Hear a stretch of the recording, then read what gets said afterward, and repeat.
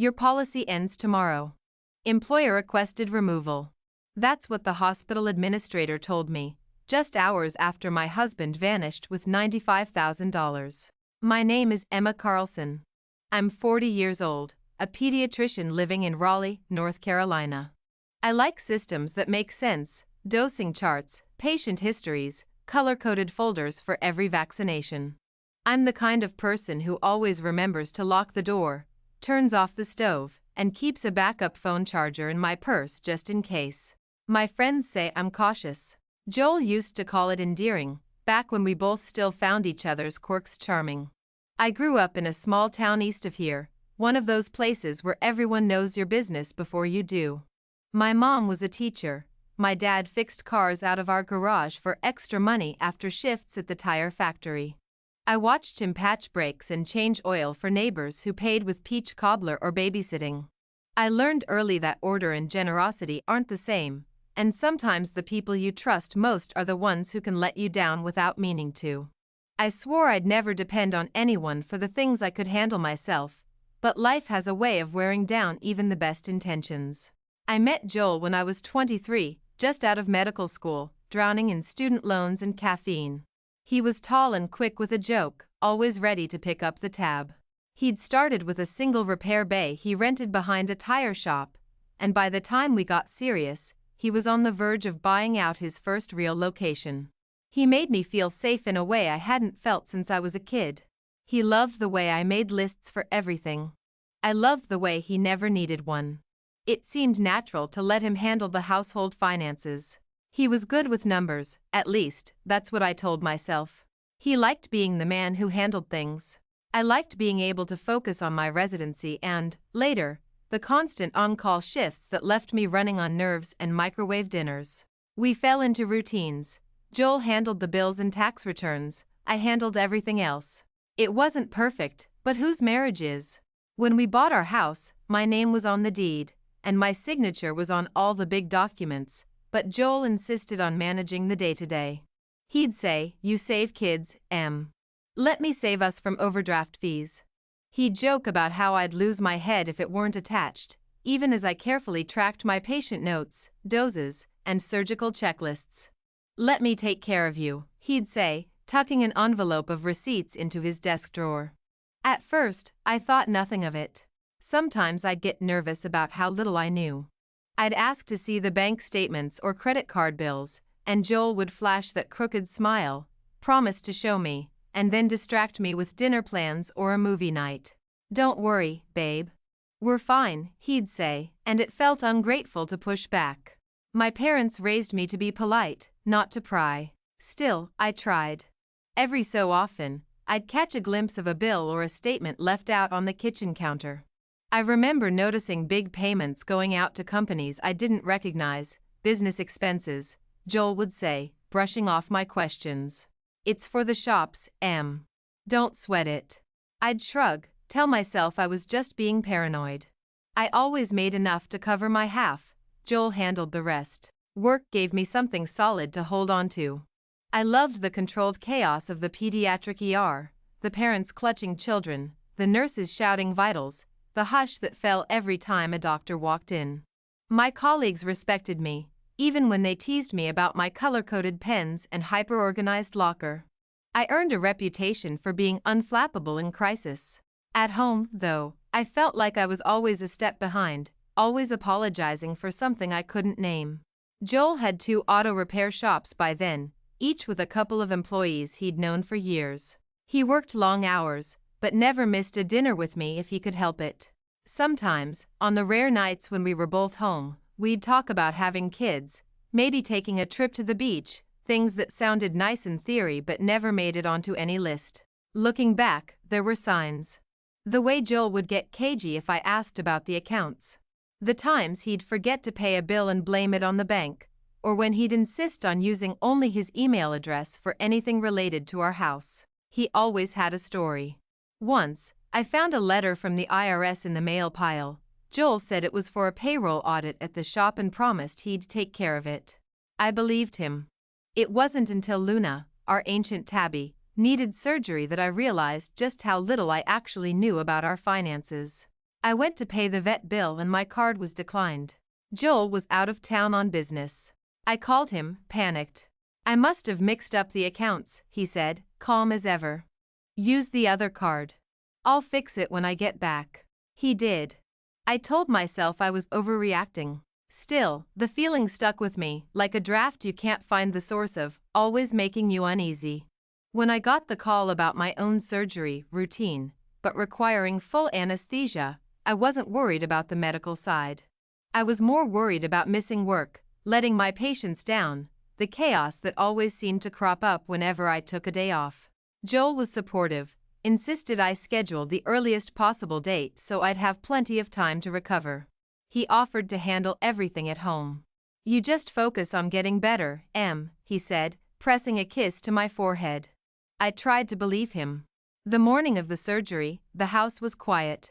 Joel had made coffee, left me a note on the counter, his handwriting looping and bold, "You've got this. Love you." I found it comforting. We drove to the hospital in near silence. He dropped me at the entrance, kissed my cheek, promised to come back as soon as the operation was over. Inside, the routine took over. Nurses, doctors, the consent forms I'd read 100 times for my own patients. I changed into the gown, handed over my jewelry, and slid onto the gurney.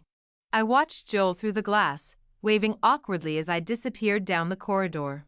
I remember the cold burn of the floor, the bright lights overhead, the way the anesthesiologist's mask smelled faintly of mint. I thought about the patients waiting for me, about Luna and her pills, about the stack of medical journals on my nightstand. Then, nothing. Blackness. When I woke up, the world felt blurry around the edges. There was a nurse at my bedside, voice soft and distant. "Emma, you're out of surgery. Everything went well." I nodded, tried to ask for Joel. She told me he'd called, said he'd come by later. I felt a pang of something, disappointment, or maybe just the residue of sleep. I drifted in and out, the hum of hospital machines grounding me in a reality that didn't feel entirely real. Later, a hospital tech brought in my phone. The screen was blank, save for a few texts from colleagues wishing me luck, a missed call from my mother, a message from Joel, "Hope you're resting. I'll visit soon." I waited. The hours dragged. Dinner came and went, tasteless and cold. I checked my phone again. No new messages. The next morning, I tried to order breakfast. My card was declined. The cafeteria worker, a college student with a shy smile, apologized, said it was probably just a system error. "Try again later," she offered. I nodded, embarrassed, grateful I still had a few dollars in my bag. I blamed the hospital computers, the new billing system, anything but the creeping sense that something was very wrong. When I went back to my room, my head still fuzzy from anesthesia, I checked my email out of habit. There, in my inbox, was an alert from the bank, our joint account, nearly $95,000, gone in a single transfer. The email had come through just hours after my operation began. I stared at the screen, uncomprehending. Another email. "Your daily debit card limit is now $25.00 due to system maintenance." I tried to call Joel. Straight to voicemail. I sat there, hospital sheets bunched in my fists, heart racing. I thought about every time I'd trusted him, every time he'd told me not to worry. I texted him again, desperate, "Joel, something's wrong. Call me." The hours ticked by. My surgeon came in, signed my chart, told me I'd be cleared to go home in 2 days. "Let yourself heal, Emma," he said, smiling. "No rushing back to work." I nodded, trying to keep my voice steady, but all I could think about was the missing money, the unanswered calls, the growing sense of dread settling over me. Late that afternoon, I asked a nurse to wheel me down the hallway. I wanted to see the sun, just for a minute. As the elevator glided past the lobby, I caught sight of our house through the glass. There, on the front lawn, was a bright red "For Sale by Owner" sign. My stomach dropped. I blinked, hoping it was a hallucination from the pain meds, but the sign was still there when the elevator doors closed. Back in my room, a hospital administrator came by with a stack of papers. "Your insurance policy ends tomorrow," she said, businesslike, flipping through the documents. "Employer requested removal." I stared at her, uncomprehending. "I'm the policyholder," I said. She shrugged, apologized, handed me the phone number for the provider. I tried to call, waited on hold, hung up after 20 minutes. No answers. That night, I didn't sleep. I sat up in bed, staring at the ceiling, replaying every conversation, every time Joel had brushed off my questions, every "don't worry, Em." My mind spun through possibilities: a mistake, a hacked account, a misunderstanding. But deep down, I knew. I'd seen too much, heard too many stories from patients and friends. People you trust sometimes aren't who you think they are. The next morning, Joel finally visited. He brought flowers, a half-hearted smile, a cup of my favorite coffee. "How are you feeling?" he asked, voice light, eyes never quite meeting mine. I asked him about the house, about the money. He shrugged, said it was a misunderstanding, that he'd take care of it. I wanted to believe him. But something in his voice, calm, almost rehearsed, set my nerves on edge. While he was there, his phone buzzed. He checked it quickly, turning the screen away. But I caught a glimpse, a hotel booking confirmation, the name Sasha in the subject line. I pretended not to notice, forced a smile, asked him to refill my water. The moment he left, I took a deep breath and started making calls. First, the bank's fraud department. I explained the missing funds, the sudden limit, the suspicious transfers. The agent listened, professional, promised to freeze the account and investigate. Next, I called my old college friend who'd become a lawyer, the one who'd convinced me to insist on a prenup all those years ago. She picked up on the first ring, her voice a lifeline. I told her everything. She listened, then asked for a copy of the prenup and the house listing. "There's a clause," she reminded me, requiring both signatures to sell any property. She told me to send everything, promised to call the real estate agent.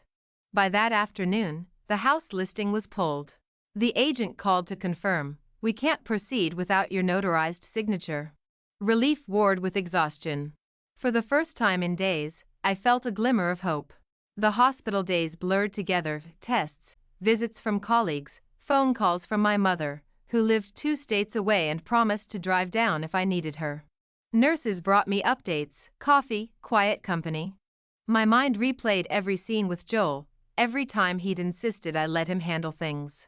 I thought about Luna, about my patients, about all the ways I'd built a life around trust. Then came the credit card bill, an envelope addressed to me, Platinum, my name spelled right. I hadn't applied for it. The first charge was for a beachfront villa in Tulum, 2 adults, the dates overlapping my hospital stay. My hands shook as I scrolled through the statement. "Thank you for choosing us, Emma Carlson. We look forward to hosting you and your guest." I stared at the page, trying to make sense of it. Joel had booked a trip for himself and someone. The pieces began to click into place. That evening, I managed to get a screenshot of Joel's phone as he scrolled through booking confirmations, the name Sasha clear as day. I sent it to my lawyer, who added it to the growing file of evidence. She filed a motion with the court to freeze all marital assets. And a judge responded almost instantly, a temporary order blocking Joel from touching anything. The chief surgeon, hearing my story, offered to sign a statement confirming I'd been under full anesthesia at the time my signature supposedly appeared on house sale documents. With that, my lawyer was able to prove forgery, nullifying the attempted sale. The credit card company reversed the villa charge, canceled the rogue card. The Tulum manager confirmed, only Joel and a woman named Sasha had checked in. Word filtered down from Joel's auto shops. One of the employees called me, quietly, risking her job to let me know Joel had opened a new account and was moving money out. My lawyer sent a formal notice to the receiving bank, and the funds were immediately frozen. Throughout those weeks, my friends and colleagues rallied. Nurses collected a fund so I wouldn't miss therapy while my insurance was in limbo. Neighbors brought groceries. My mother stayed with me during the hardest days. I began to realize how much community matters when everything else falls away. The court hearings were tense, drawn out. Joel's lawyer tried to paint me as unstable, hiding income, but the facts were too clear. Forensic experts testified the signature was forged. The villa in Tulum produced receipts, surveillance, guest lists. Finally, the judge's ruling, all funds returned, Joel to pay my legal and medical bills, his claim to our home void under the faithless spouse clause in our prenup. He was left with only one shop, and the house became solely mine. My insurance was reinstated, the company credited months of premium for wrongful termination. The Tulum villa sent me a voucher for a future stay, my choice, on my own terms. Months passed. I healed. I went back to work slowly, part-time, at first, then gradually finding my stride. I led a workshop for women at the community center, financial first aid for families. I spoke about trust, about learning the hard way to tie your safety knots before someone tries to cut the rope. Anesthesia wears off in hours, I told them, looking out at a sea of tired, hopeful faces. But a financial blindfold can last for years. Take it off before you need to see. I went home that night feeling lighter than I had in years. Luna curled on my lap. My house was quiet. My life was mine again, mess and all. That first night alone in the house, I kept waiting for Joel's key to turn in the lock. Even after everything. After lawyers and court orders and the way his voice sounded on the stand, flat and defensive, I expected to hear him coming up the steps. Muscle memory, I suppose. For years I'd tracked his schedule unconsciously, the way you track a child's fever or a patient's breathing, a habit of vigilance, the reflex of someone who's spent a lifetime scanning for trouble before it has a name. I didn't sleep much. I walked the dark rooms, my bare feet cold on the hardwood, touching the back of the couch, the kitchen counter, the spot on the wall where Joel had promised to hang a painting and never did. The silence pressed in, thick and strange, broken only by the low hum of the refrigerator and the creak of the air vents. Luna trailed me room to room, her tail flicking, as if she too felt the shift. When I finally crawled into bed, I left the door open and the lamp on. The next morning, Raleigh was wrapped in fog. I sat at the kitchen table, cradling a mug of coffee, my phone face down. The new reality felt raw, like healing skin. The bank balance was steady. The house was quiet and mine. My lawyer had sent a final email. The transfer of title was complete. The for sale sign was long gone from the yard, but I kept seeing it in my mind's eye, a threat that almost became a future. In those early weeks, I went through every drawer, every file box, every folder Joel had ever touched. I found old insurance statements, stacks of receipts, passwords scrawled on scraps of paper, a stash of greeting cards from birthdays and anniversaries. Some of them were for me, with his looping handwriting, signed Love Always, Joel. Some were unsigned, blank inside, bought for occasions he never remembered to mark. I found invoices for car parts one never knew we needed. Photos of Joel and his crew from the shop, smiling, arms thrown around each other, grease under their nails, the ghost of the man I married grinning up at me from glossy paper. I tried to remember the good years, but the bad ones kept crowding in. There was the time he forgot our anniversary and said he was too busy at the shop, the day he showed up late for my white coat ceremony, smelling like motor oil and aftershave. The fights that always ended with me apologizing, smoothing things over, believing it was easier to bend than to break. The ways he made me laugh, too, burned pancakes on lazy Sundays, his bad jokes at the breakfast table, the way he used to twirl me around the kitchen after dinner. It would have been simpler to hate him, but real life is never so clean. Most days, I felt relief more than anger. I was free to fill the dishwasher however I liked, to buy the good coffee instead of whatever was on sale, to let the mail pile up for a day or two without feeling judged. Sometimes, I missed the sound of his car in the driveway. Mostly, I missed the person I thought he was, the version I kept alive by refusing to look too closely at the details. Friends came by with casseroles and bottles of wine, with offers to walk Luna or help paint the guest room. My mother stayed a week, washing windows and making lists of her own, the way she does when she's worried. "I never liked the way he talked over you," she said one night as we folded laundry together. "You're stronger than you think." I wanted to believe her. I told her I'd be fine. Work became my refuge. The clinic welcomed me back with cautious hugs, carefully worded emails, the gentle question, "Are you sure you're ready?" I was. Being a pediatrician is about control and chaos, about taking the world apart and putting it back together in ways that sometimes work and sometimes don't. My patients needed me to be steady, to smile and make small talk and remember that Mr. White's twins were allergic to latex. In exam rooms, I could forget everything except the child in front of me, the parents' worry, the sound of a heartbeat in my stethoscope. I came home each night tired but grateful.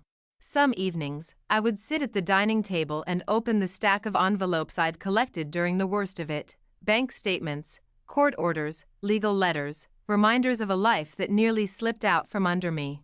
I filed what I needed to keep, shredded what I didn't. I wrote thank you notes to my lawyer, my colleagues, the nurses who'd brought me coffee in the hospital, the neighbor who kept the lawn mowed while I recovered. It was a slow, ordinary healing. There were no epiphanies, no sudden surges of joy. There was only the gradual reclaiming of small things, choosing new curtains, repainting the hallway, finding a forgotten jar of beach glass from a trip Joel and I never took together. Little by little, I built a life around what was left, and what I could imagine for myself. The insurance company called one afternoon, someone in the back office, cheerful, efficient. "Just wanted to let you know we've credited your premiums, Dr. Carlson. And, again, we apologize for the disruption." She paused, as if waiting for me to be angry. I thanked her and hung up, feeling a strange lightness. For the first time in months, the world seemed to be moving with me, not against me. One day, while sorting through a drawer, I found the notebook where I used to jot down dreams, trips I wanted to take, recipes to try, notes for a children's book I once imagined writing. I sat on the edge of my bed, reading through the entries, laughing at some, tearing up at others. I thought about the future, not with dread, but with something like hope. It was around this time that a friend at the community center called to ask if I'd speak at their women's finance workshop. "Just talk about what you learned," she said. "People trust you." I hesitated, then agreed. On the day of the workshop, I stood in a room full of women, some young, some older, all looking for answers, or at least reassurance. I told my story, as honestly as I could, the trust, the blindness, the slow unraveling, and the hard work of building again.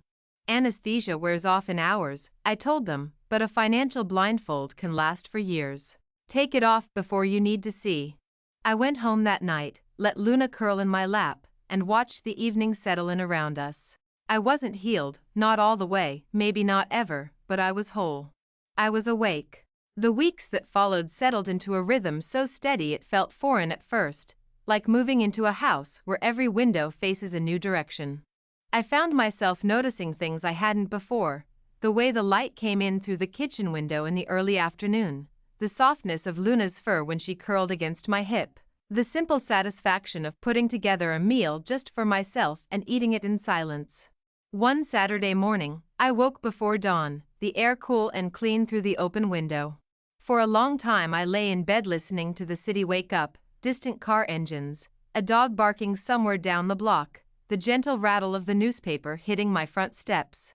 I had nowhere to be, nothing I absolutely had to do, and that was a kind of freedom I hadn't tasted in years. I made coffee, poured it into my favorite mug, and took it out onto the porch. The sky was just beginning to lighten. For the first time since the surgery, I felt myself breathe all the way to the bottom of my lungs, without the sharp edge of dread lurking underneath. Across the street, my neighbor was watering her flowers in an old robe, waving when she noticed me. I waved back, thinking how strange it was to recognize this as happiness: a quiet porch, a cat at my feet, no plans. Later that day, I drove out to the old neighborhood where Joel's first shop was, unsure what I was looking for. I parked down the street, engine running, and watched the mechanics work, grease up to their elbows, voices raised over the whine of power tools. I thought of the early days, when Joel and I would stop in after hours and he'd show me the repairs he was proudest of, how he'd dream out loud about buying more shops, maybe teaching our kids the trade someday. I tried to remember what I felt back then. Pride, mostly. Sometimes envy, if I'm honest, at how self-assured he always seemed. I sat there longer than I meant to, watching men and women I barely knew go about their business, entirely unaware of the storm that had blown through my life. Eventually, I started the car and left. I didn't look back. As spring deepened, I took up old hobbies I'd let slip away. I started running again, slow loops around the neighborhood as the sun rose. I joined a book club at the library, sitting with women who barely knew my story, who saw me as Emma, not the doctor whose husband tried to clean her out. I let myself be ordinary, a face in the crowd. Sometimes, when my mind wandered, I'd revisit old memories. The first years with Joel, the soft places in our marriage before the edges sharpened. The night he proposed in the rain outside the diner where we had our first date. The long drives to the coast, when we'd sing along to oldies on the radio, planning futures that never arrived. I let myself feel the loss, not just of the man he became, but of the life I thought we were building. I wrote about it in my notebook, filling pages with stories I'd never tell out loud, sorting through the debris one line at a time. At work, things grew easier. My colleagues stopped walking on eggshells. Parents started asking for me again. Kids drew me shaky crayon pictures and handed them over with sticky fingers, grinning. I smiled back, grateful for their uncomplicated trust. My mother called often, always at the same time of day. "How's my girl?" she'd ask, never pressing for details, always listening when I was ready to talk. Sometimes she'd share small gossip from home, who'd won the bake sale, which neighbor's kid made honor roll, the kinds of stories that tether you to the world when your own feels unsteady. Months passed this way, marked by small victories, a new couch delivered, the garden weeded, Luna finally gaining back the weight she lost during the chaos. I learned how to do things Joel had always handled, changing the air filter, programming the thermostat, even fixing a leaky faucet with a YouTube tutorial and a lot of swearing. Every solved problem felt like another string tied back to myself, another nod of confidence in a world that could still surprise me. The workshop at the community center became a monthly ritual. Women came with their stories, some worse than mine, some not so different. We shared resources, lawyers' names, encouragement. I watched them reclaim their power, one spreadsheet at a time. Sometimes, after everyone else left, I'd stay behind and clean up, letting the silence settle around me, thinking of how far I'd come. By the time fall arrived, the house felt fully mine. I painted the front door blue, changed the locks, replaced the mailbox. I threw a small party for friends and colleagues, just wine and pizza, nothing fancy. We laughed in the kitchen, telling stories about the worst dates we'd ever had, the things we'd learned not to ignore. It was the kind of night that would have made Joel roll his eyes.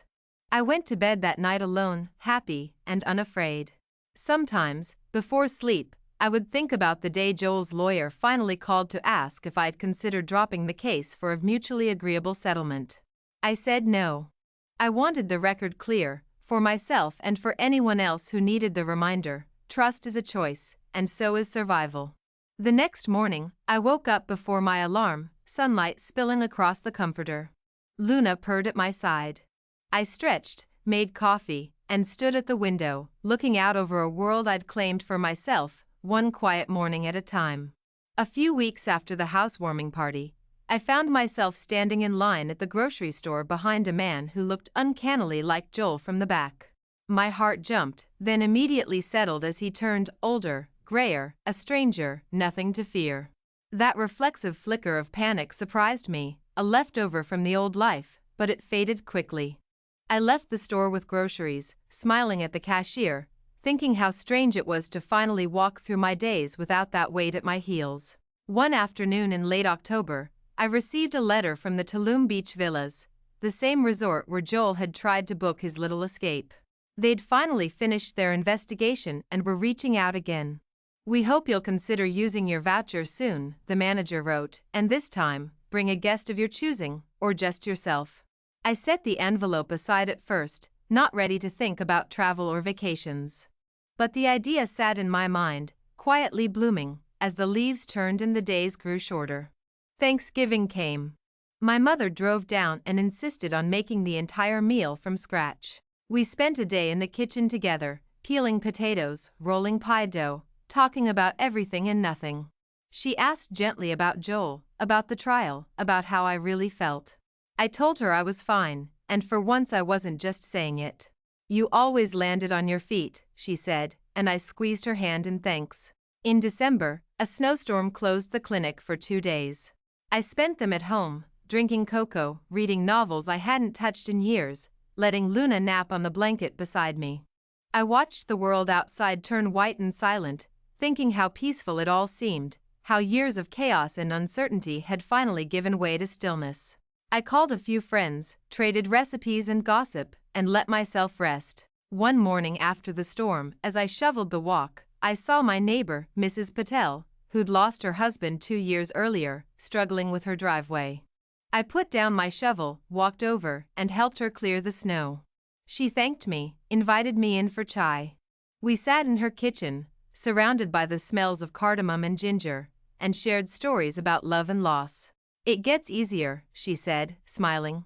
"You find yourself again, piece by piece." The new year arrived without ceremony. I didn't make resolutions, but I did start keeping a gratitude journal, small things each day, a child's drawing at work, a kind word from a colleague, Luna chasing her tail in the sunlight. The habit stuck, anchoring me in the present. One evening in February, the workshop group at the community center planned a dinner out. We met at a little Italian place. A dozen women, some with new jobs, others with new apartments or new haircuts, all of us laughing louder than we probably should have. There was a sense of victory at that table, a room full of women who'd survived something, who now cheered for each other, who refused to shrink. I looked around and realized I didn't feel alone. I belonged here.